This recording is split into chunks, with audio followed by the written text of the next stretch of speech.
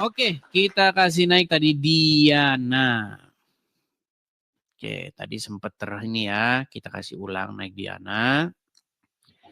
Oke Diana, mohon maaf tadi saya turunkan karena sinyal tadi tidak baik begitu. Iya, nggak apa-apa Bang. Oke. Iya, ya saya Diana. Di sini saya sebenarnya mau bersaksi. Oh boleh. Diana lahir Kristen atau sebelumnya bagaimana? Itu saya Muslim Islam. Waktu kecil lahir Islam.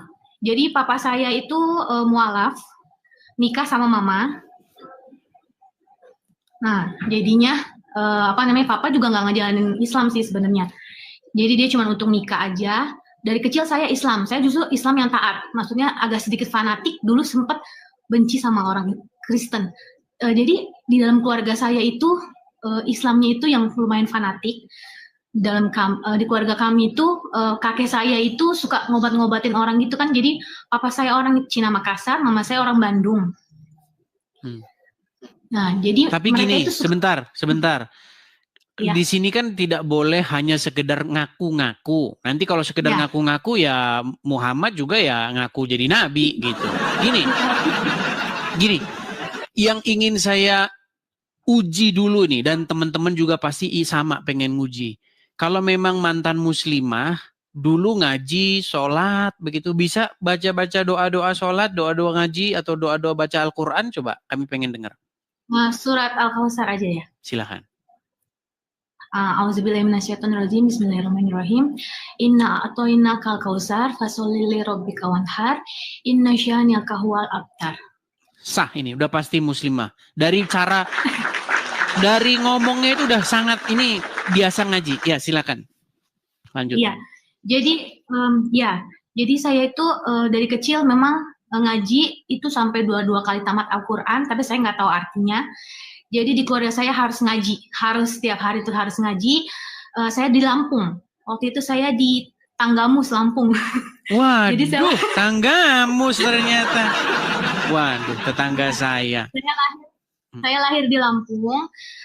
Jadi mama saya itu udah migrasi dari Bandung ke Lampung, udah punya perkebunan di sana. Saya nggak pernah merasa kalau saya itu akan Kristen gitu. Jadi dari kecil saya Islam yang taat. Malah saya benci banget sama orang Kristen. Nggak tahu kenapa dalam keluarga saya didoktrin kalau Kristen itu kafir. Jadi benci sama orang Kristen. Kayak nggak suka gitu. Padahal keluarga papa saya itu Kristen. Jadi saya juga orangnya juga sama fanatik. Jadi saya pikir, iya saya nggak suka sama orang Kristen. Tapi ternyata waktunya Tuhan, dan Tuhan itu memang punya rencana gitu kan. Jadi setelah lulus SD, saya diajak papa saya untuk ke Jakarta. Nah, saya melanjutkan sekolah, saya tinggal dengan tante saya. Tapi saya nggak mau diajak untuk ke gereja, untuk jadi Kristen, saya nggak mau. Saya bilang, saya itu orang Muslim. Saya bilang, saya Muslim. Saya nggak suka, karena saya nggak suka sama Kristen. Saya benar-benar fanatik, saya sekolah tetap Islam. Saya pakai kerudung pakai jilbab hari Jumat itu saya harus pakai. Udah gitu nilai agama saya 9, 10. Semua Yasin aja saya udah hafal waktu itu kan. Pokoknya saya udah benar-benar Islam yang taat. Tapi Tuhan punya rencana, tiba-tiba ada acara SPK, saya pengikut Kristus, itu ada 3 hari acara Champion Gathering. Jadi ada satu kakak-kakak pembinanya itu terbeban untuk saya ikut. Di situ saya bilang, dia sampai biayain saya karena saya masih anak-anak, masih umur 12 tahun saat itu. Dia bilang, kamu aja yang ikut, saya biayain kamu untuk pergi. Saya bilang, aduh gak usah kak, saya bilang gitu. Tapi akhirnya saya pergi. Di saat pergi, ada acara baptisan Roh Kudus. Nah, saya kan nggak bisa berdoa, saya nggak bisa menyebut nama Yesus, itu sangat-sangat susah di mulut saya. Saat ada baptisan Roh Kudus, tiba-tiba Roh Kudus bilang, katanya, kamu maju aja ke depan, ada artalkul gitu, maju ke depan didoakan. Saya maju, saat saya maju, saya nangis, dan saya bilang, saya nggak bisa untuk menyebut nama Yesus. Tiba-tiba pembinanya doain, bilang gini, sebut aja nama Yesus. Akhirnya saya bilang, gak bisa, saya bilang, saya udah nangis. Sebut aja nama Yesus. Saat saya bilang, Yesus, saat saya menyebut nama Yesus, itu hati saya damai, saya rasa damai sejahtera itu dalam hati saya, masuk ke dalam hati saya bilang, Tuhan, setelah doa itu selesai, saya itu Muslim Tuhan, gimana saya untuk kasih tahu ke dunia, maksudnya kasih tahu ke orang-orang, kalau saya itu Kristen, saya nggak mau punya 2 agama, saya bilang, saya mau kalau misalnya Tuhan memang, engkau adalah, saya sampai tantangin Tuhan, saya bilang, kalau engkau adalah Tuhan, Tuhan tahu nyatakan Tuhan kasih saya kemampuan untuk bilang sama guru-guru saya, sama semua orang di dimanapun saya berada, saya bilang, kalau saya itu Kristen, saya sudah menerima Tuhan sebagai Tuhan dan juru selamat saya. Itu di umur 12 tahun itu, akhirnya benar, saya waktu hari Jumat kan harusnya pakai jilbab, saya bilang ke guru BP, Pak maaf ya Pak, hari ini saya mau ganti di rapot saya Kristen. Semua guru panggil saya, ada 10 guru, dan salah satu gurunya guru PKN, dia bilang, saya udah baca 5 kitab, dia bilang gitu. Dan gak ada yang benar, semuanya Al-Quran paling benar, dia bilang gitu. Pokoknya dia gini-gini. Dia tanya, kamu tahu gak Allah Tritunggal itu apa? Dan itu, saya itu dengan polosnya saya jawab, itu hikmat dari Tuhan, saya bilang, kenapa kamu pindah ke... Itu umur Kristen? 12 tahun? Iya, 12 tahun. Terus akhirnya saya jelasin, Pak, saya memang belum lama jadi Kristen, tapi saya ngerti, nggak tahu Tuhan kasih tahu saya saat semut itu terjepit, saya bilang gitu. Dia kalau saya manusia, saya mau tolong semut itu nanti dia mati saat saya cabut kan, saya bilang gitu. Tapi untuk saya yang bisa nolong semut itu, saya harus jadi semut. Nah seperti itu pun Tuhan itu dia Tuhan Allah, tapi dia harus jadi seperti manusia supaya dia bisa menembus dosa-dosa manusia dan dia tolong manusia itu, saya bilang gitu kan. Terus akhirnya, wah kamu sudah lama jadi Kristen ya, dia bilang gitu. Kamu akhirnya nilai agama saya jadi 7. Udah gitu saya dibenci satu sekolah, tapi setiap hari Kamis itu ada pelajaran agama, kita sebentar. Tapi itu sekolah negeri atau sekolah Islam? Sekolah swasta tapi Islam. Oh, oke. Iya, jadi guru-guru semuanya pada nggak suka sama saya, tapi yang agama Kristen kita semuanya kayak disingkirkan gitu, nggak ada pelajarannya, udah gitu kita nggak dianggap. Tapi saat ada pelajaran agama Islam yang harus mereka kumpul, kita bikin grup gitu, saya untuk angkat perjamuan kan sama-sama berdoa.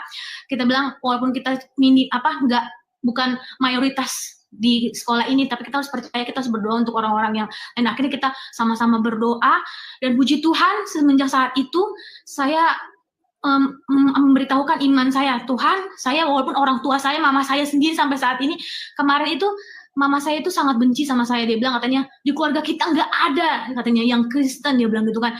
Kamu jangan, pokoknya dia selalu menghujat, kayak dia bilang katanya, kamu nggak usah jadi anak mama lagi. Kamu tuh katanya bikin malu begini. Saat saya baca Alkitab saya dikata-katain, apa tuh Yesus gini. Tapi kemarin Bang Edi, puji Tuhan, Tuhan suruh saya untuk puasa 30 hari. Saat saya puasa, mama saya sakit. Tiba-tiba dia telepon saya, mama lagi sakit, tiba-tiba ada bengkak begini. Terus akhirnya bisa nggak saya video call mah gitu kan. Waktu video call saya bilang, mama boleh nggak ayah doain tapi dalam nama Tuhan Yesus. Terus akhirnya dia kaget, matanya udah melalak, terus kaget, hah emang boleh ya doa kayak gitu? Tapi kan kita beda, nggak apa-apa, tapi mama harus percaya ya, mama sembuh. Mama taruh tangannya di tempat yang sakit, ayo kita berdoa. Akhirnya mamanya, oh yaudah deh nggak apa-apa. Akhirnya kita berdoa sama-sama, dan puji Tuhan saat berdoa saya merasa damai. Tuhan, aku tahu Tuhan, seluruh keluargaku akan diselamatkan. Satu orang bertobat, seluruh akan diselamatkan, janji firman Tuhan. Dan aku percaya walaupun memang saat ini keluarga dari mama saya belum diselamatkan, tapi saya percaya suatu saat kita semua akan percaya Tuhan. Dan saat didoakan itu mama saya sudah amin, mama saya ikutin tapi ngeliatin buka mata. Dia bilang, setelah itu dia telepon lagi. Setelah itu dia bilang, oh mama udah sembuh, udah enakan, bener kamu ya, gini, jangan lupa berdoa terus buat mama ya. Dia bilang gitu. Ya saya percaya mungkin ya banyak dari antara kalian itu punya pengalaman pribadi sama Tuhan yang berbeda-beda, dari latar belakang yang berbeda, mungkin fanatik atau gimana, tapi saya percaya hanya di dalam Tuhan Yesus kita punya kasih gitu. Di luar Tuhan itu, bahkan saya bukannya mau menjelekkan agama Islam, tidak, memang punya pengalaman pribadi sama Tuhan itu sesuatu yang sangat berharga gitu. Jadi memang Tuhan itu beberapa kali kayak menunjukkan, karena dia Tuhan adalah jalan kebenaran dan hidup. Walaupun orang Islam selalu berdoa untuk Ihdinash Shiratal Mustaqim, tunjukkan kami, selalu bersujud untuk cari itu. Saya percaya kalau misalnya orang itu memang benar-benar cari Tuhan, dia akan dijumpai Tuhan secara pribadi, entah itu mungkin dalam mimpi, entah itu pengalaman pribadi seperti saya. Jadi memang banyak setelah saya jadi Kristen, ada beberapa orang juga kayak nggak percaya, kayak apalagi kalau saya ke Lampung tuh, mereka orang Lampung kan orangnya kan memang keras-keras kan, maksudnya juga mereka mungkin akan pandang saya sebelah mata atau bagaimana. Saya sih nggak peduli ya, karena saya pikir keselamatan itu pribadi dan masing-masing orang gitu. Saat kita percaya Tuhan, kita nggak boleh pelimpan gitu punya dua agama. Oh ya saya Islam juga, saya Kristen juga. Jadi saya untuk teman-teman, pesan untuk teman-teman dimanapun kalian berada gitu, yakin dengan iman kalian karena pilihan kalian itu sudah tepat. Karena Tuhan Yesus itu nggak pernah iseng gitu pilih seseorang untuk percaya sama Tuhan, itu nggak iseng gitu. Karena ada sesuatu rencana Tuhan, mungkin Tuhan mau pakai kalian untuk jangkau jiwa lagi, karena kan di luar Tuhan kita nggak selamat gitu. Karena memang di dalam Tuhan Yesus itulah jalan kebenaran hidup. Dan yang bikin satu lagi Bang Edis, yang bikin saya juga yakin, makin yakin kalau misalnya Tuhan itu bukan agama yang untuk kita jadi bisa ke surga gitu. Karena memang Tuhan sendiri yang nyatain diri untuk kita ke sana. Jadi salah satu guru saya bilang begini, kamu yakin kamu Kristen? Saya bilang, iya saya yakin Pak. Karena itu memang Tuhan jumpai saya secara pribadi. Dia kasih kekuatan saat saya nggak bisa berdoa, dia yang pimpin saya untuk berdoa. Tapi tiba-tiba Tuhan yang ubahkan hidup saya. Dulu saya benci sama orang Kristen Pak. Saya pengen jadi teroris malah Pak. Saya pengen bunuh orang Kristen. Padahal saya nggak pernah orang Kristen nggak ada masalah sama saya gitu kan. Tapi kayaknya iya orang Kristen kafir, darahnya kafir. Tapi waktu selama kamu jadi Islam, kamu ngerasain kebencian terhadap agama Kristen gitu ya? Benar. Memang bencinya itu Islam yang sejati seperti itu memang. Lalu saya bilang gini Bang Edi, dia bilang kayak gini, apa namanya? Tapi kamu menikah cuma 1 kali loh seumur hidup, dia bilang gitu. Saya bilang, oh iya Pak, kita nggak suka menikah banyak-banyak. Untuk apa menikah banyak-banyak? Cuman katanya bapak gurunya, saya nggak bisa kayak gitu. Dia bilang gitu kan, kamu nanti menikah nggak boleh cerai, 1 seumur hidup. Kamu mau kayak gitu? Dia bilang, oh bapak mau menikah berapa kali Pak? Kayak gitu. Akhirnya dia malu dan saya pikir memang apa ya? Kan terkadang kan orang untuk apa namanya? Memikirkan tentang surga aja itu kudus ya. Tapi yang saya pikir itu bukan saya mau menjelekkan, tapi di saat surga itu tujuannya untuk bidadari atau sesuatu yang kalau di dalam Al-Qur'an gitu. Ya, kalau di dalam Al-Qur'an Allah itu memang menjanjikan kenikmatan seksual begitu. Bahkan janji Allah, hadiah yang akan diberikan oleh Allah kepada orang-orang bertakwa itu adalah gadis-gadis yang mohon maaf berpayudara besar. Memang itu janji Allah begitu. Dan memang muslim-muslim laki-lakinya ya mereka akan kegirangan begitu. Cuman yang sampai sekarang saya masih bertanya-tanya, terus kalau wanita dikasih wanita berpayudara besar ini buat apa gitu. Itu banyak begitu.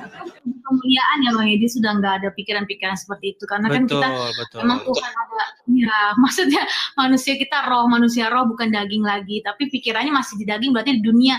Makanya saya bilang surga sama dunia itu nggak jadi satu. Jadi kalau misalnya saat pengajarannya itu daging, itu saya pikir itu bukan dari Tuhan. Dan saya juga ngerasa, dan Bang Edi 2017 kemarin tuh kaki saya patah di Lampung. Di Lampung itu Bang Idris tahu tangga mus itu susah rumah sakit kan. Jadi kaki saya patah, itu saya bernazar sama Tuhan. Saya nggak tahu itu ucapan dari mulut saya saat kaki saya patah. Saya bilang, Tuhan, kalau Engkau bikin kaki saya nggak sakit dan bisa jalan dan nggak cacat, Tuhan, saya bilang itu. Saya mau menginjil seperti Paulus. Itu pun saya pikir Paulus tuh hebat banget karena saya memang suka kisah para rasul. Saya udah baca kitab udah mau 2 kali tamat. Tapi saya ngerasa Tuhan bisa pakai orang yang dulu pembenci Tuhan, bisa dipakai Tuhan jadi pemberita kabar baik itu. Saat sekarang saya tertarik, maksudnya bukan tertarik, saya punya kerinduan untuk sekolah apologet. Cuman saya pikir untuk melihat debat-debat Bang Edi ini sangat memberkati, jadi menjadi motivasi dan jadi hati saya, Tuhan, kalau misalnya memang Tuhan mau pakai saya, hidup saya gitu, biarlah kemanapun saya berada, saya mau memberitakan kabar baik, karena juga orang-orang di luar sana, memang jiwa mereka jiwa yang terhilang gitu, supaya bisa percaya Tuhan Yesus. Cuman ini masih bantu dalam doa Bang Edis. Amin. Teman-teman juga akan mendoakan. Nah ini ada satu statement menarik nih. Sekolah teologi jurusannya apologet. Nah saya kayaknya di Indonesia memang belum ada itu sekolah teologi bagiannya jurusannya apologetika. Tapi kalau di sini di Amerika Serikat itu ada. Jadi sekolah teologi jurusannya apologetika. Nah, apologetika ini adalah bagaimana menjawab dan mengcounter pertanyaan-pertanyaan yang mencecar kekristenan. Baik itu dari pertanyaan. Kalau di sini tuh pertanyaan itu lebih banyak dari orang-orang yang ateis. Orang-orang yang tidak mempercayai Tuhan seperti itu. Dan juga termasuk pertanyaan-pertanyaan dari Muslim, pertanyaan-pertanyaan dari Kristen sendiri seperti itu, apologetika. Mungkin sekolah teologi sudah waktunya untuk membuka cabang ini, ya, membuka cabang jurusannya itu sekolah apologetika ini. Dan ini, cuman memang kalau di Indonesia ya, berapologet di Indonesia itu memang kita tidak bisa all out. Kita tidak bisa betul-betul secara totalitas. Kenapa?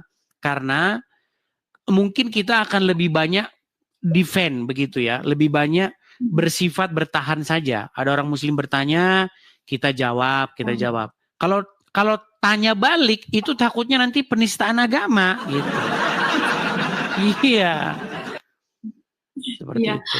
Ya puji Tuhan Bang Edis, dengan acara ini sangat memberkati. Mungkin terkadang agak sedikit terdengar frontal, tapi saya juga waktu dengar Bang Edis ternyata orang Lampung. Wah, maksudnya pernah di Lampung itu memang saya lahir besar di Lampung. Besar di Begitu. Lampung. Cuman saya sudah lama meninggalkan Lampung begitu.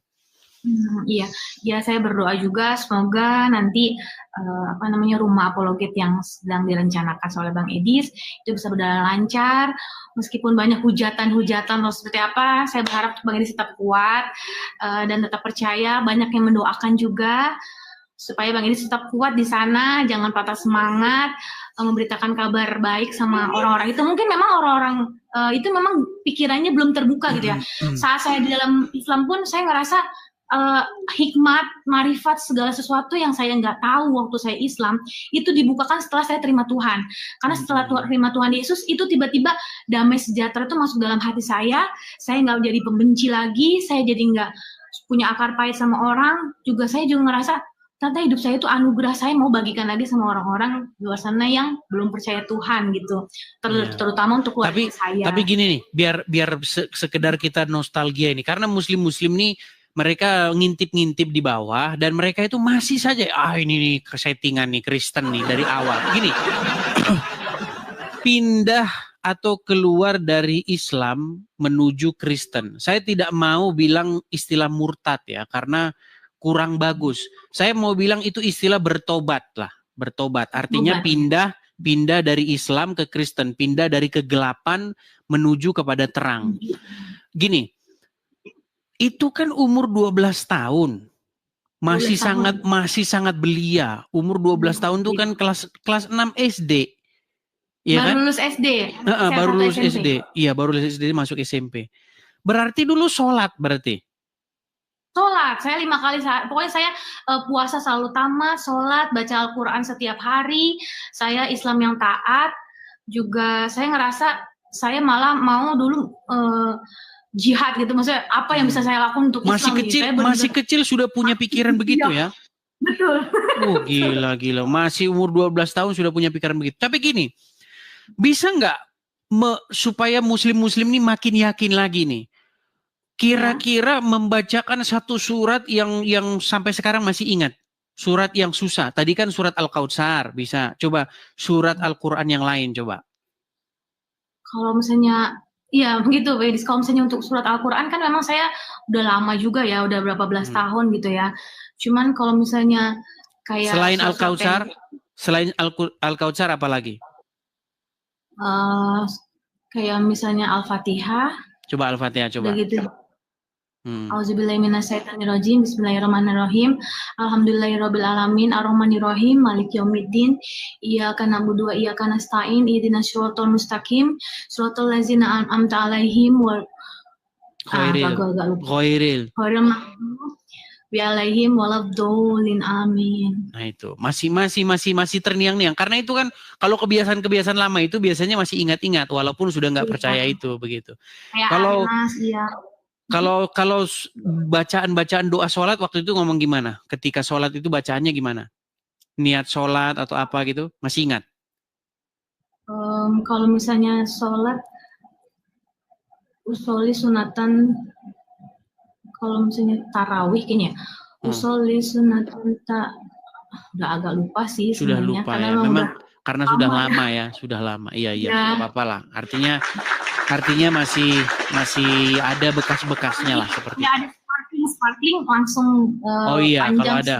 Iya, baik. Kalau ada pemicunya Ya, begitu. wal Qur'anil Hakim, innaka minal mursalin. Tanzilal Azizir Rahim. Pokoknya dulu ada nadanya gitu kan kalau misalnya baca Iya. Al-Qur'an itu juga segala sesuatunya harus dari Iya, masih ada lah, Auzubillahi masih ada bekas-bekas ya muslimnya yang masih tertinggal seperti itu. Ya, jadi kalau muslim-muslim di bawah kalian masih mengatakan, "Oh, lah dasar oten jamar begini." Ya, itu derita kalian ya, itu derita kalian. Yang jelas tiap hari ya selalu ada saja ya kesaksian dari orang-orang Islam yang telah meninggalkan agama Islam, yang telah meninggalkan kegelapan menuju terang. Ya, yang muslim-muslim saya cuma mau bilang sama kalian, kapan kalian ikutan? Seperti itu. Oke lah, Iya. Diana, mungkin ada pesan terakhir yang mau disampaikan supaya kita berikan kesempatan kepada yang lain. Oke, di sini saya mau memberikan kesaksian ini bagi kalian bukan untuk menjatuhkan agama Islam atau menjelekkan agama Islam, tapi kalian harus lihat hidup saya itu menjadi salah satu contoh di saat kalian mencari kebenaran itu. Dan saya mau kasih tahu kalian, Tuhan Yesus itu Tuhan yang hidup. Dia itu bukan cuman walaupun kalian bilang, tapi dia manusia, tapi dia itu kenapa harus disalib, kenapa mereka itu Tuhan itu lemah seakan-akan gitu, itu nggak benar, karena memang dengan penyaliban itu kita semua yang manusia yang berdosa ini bisa diselamatkan.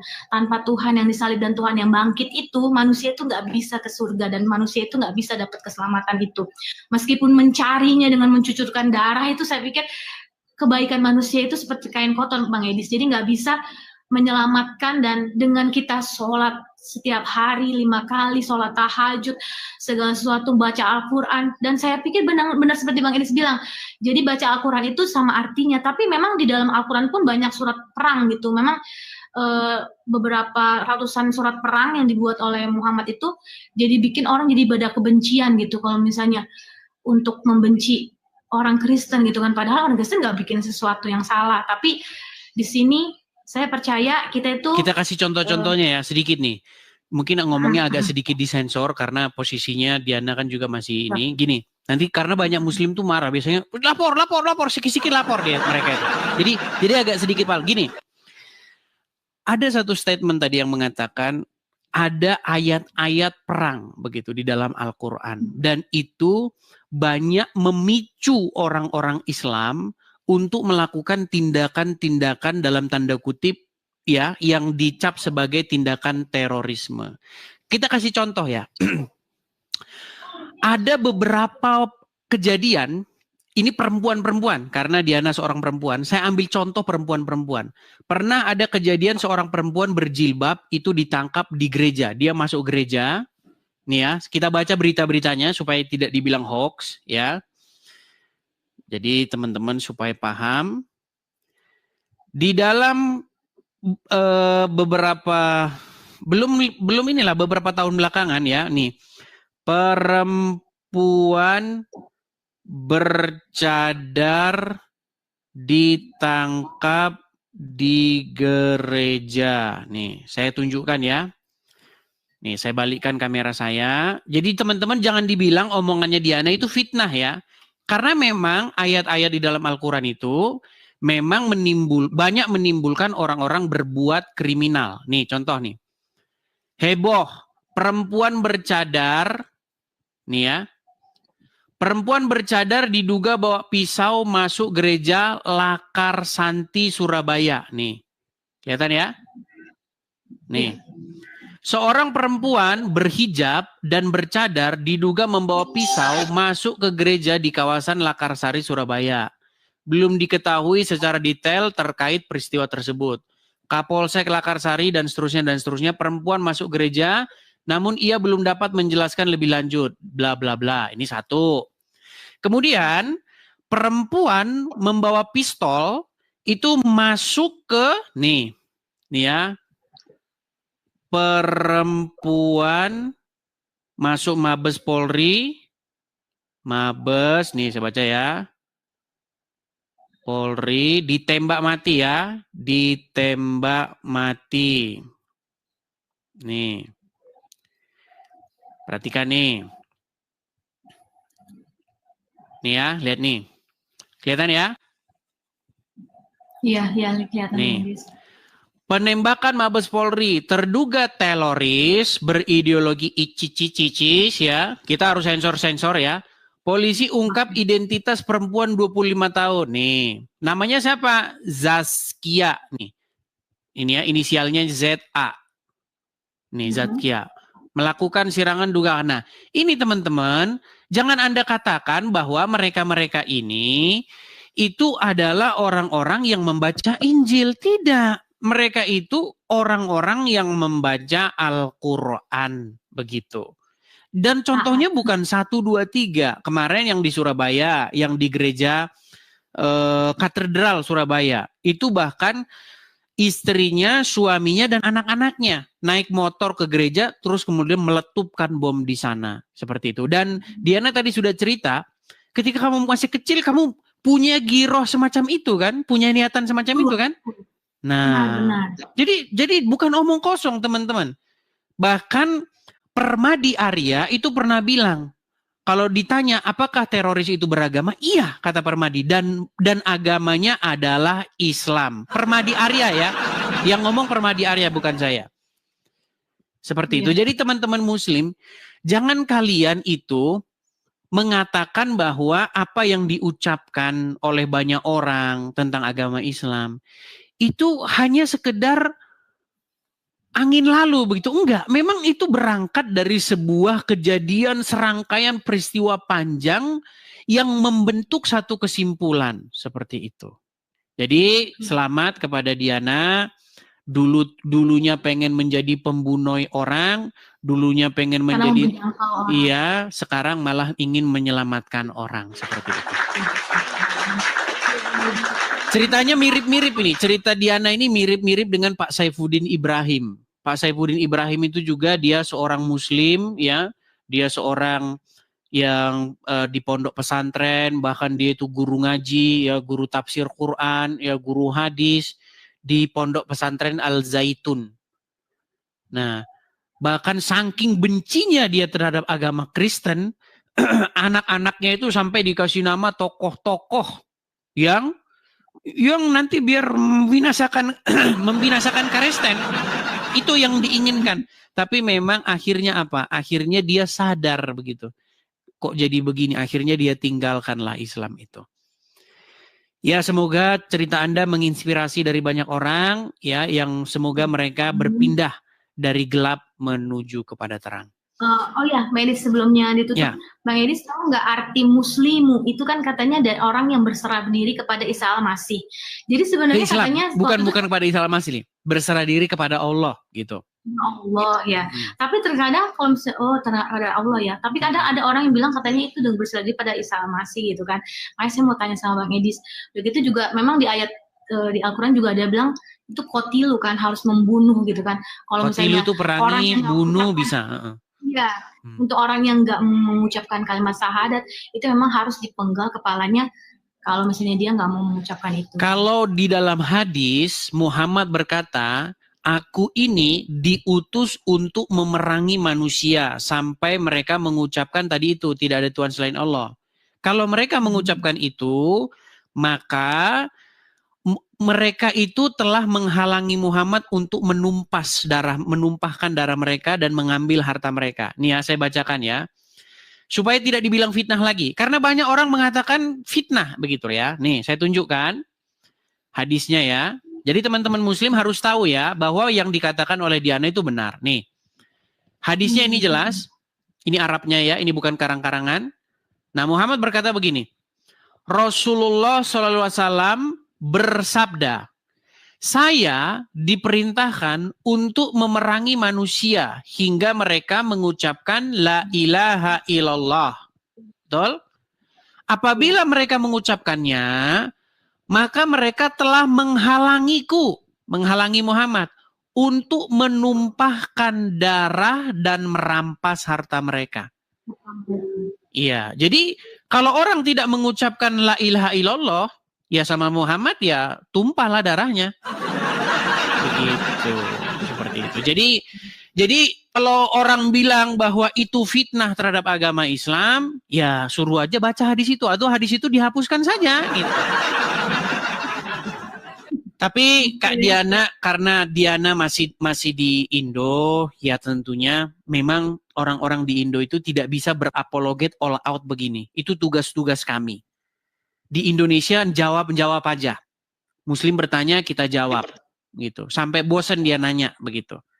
Nah, sampai capek. Iya, sampai capek. Bagian nanya balik itu ada di kami. Karena kalau kalian nanya balik, hati-hati. Nah, oke, hanya itu ya. Ya, sudah jelas. Terima kasih banyak ya. Terima kasih Diana. Selamat malam. Tuhan Yesus memberkati ya. Shalom. Terima kasih. Ya, begitu ya teman-teman ya. Jadi hampir tiap hari kita dengar cerita-cerita itu yang berani berbicara loh, yang berani speak up.